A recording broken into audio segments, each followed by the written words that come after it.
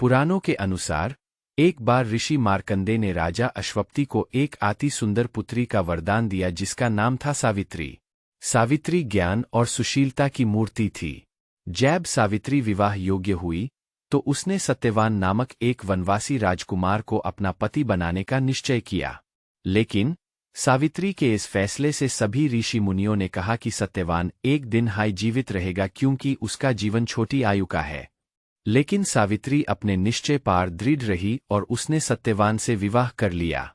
विवाह के बाद सावित्री अपने पति सत्यवान के साथ वैन में रहने लगी। सत्यवान एक धार्मिक और प्रशंसित व्यक्ति था। एक दिन जब सत्यवान लकड़ियां काट रहा था तभी उसका समय आ गया और वो बेहोश होकर जमीन पर गिर गया। उस समय यमराज उसकी आत्मा को लेकर जाने आए। सावित्री अपने पति का ऐसा हाल देखकर बहुत दुखी हुई लेकिन उसने अपना धैर्य नहीं खोया। यमराज के आगे अपने पति की जीवन की भीख मांगी। यमराज ने कहा कि एक बार किसी का समय पूरा होने के बाद उसका जीवन नहीं दिया जा सकता।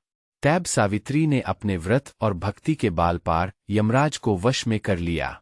उसकी भक्ति से प्रभावित होकर यमराज ने उसके पति का जीवन दान दिया और सत्यवान फिर से जीवित हो गया। इस कहानी से हमें यह ज्ञान मिलता है कि धर्म और भक्ति में कितनी शक्ति होती है। सावित्री की निष्ठा और शिव भक्ति ने उसके पति के जीवन को बचा लिया। यह कहानी इस बात को भी दर्शाती है कि शिव जी अपने भक्तों के लिए सदैव दया और करुणा से भरपूर है और उनका आशीर्वाद प्राप्त करने के लिए साची भक्ति की आवश्यकता है।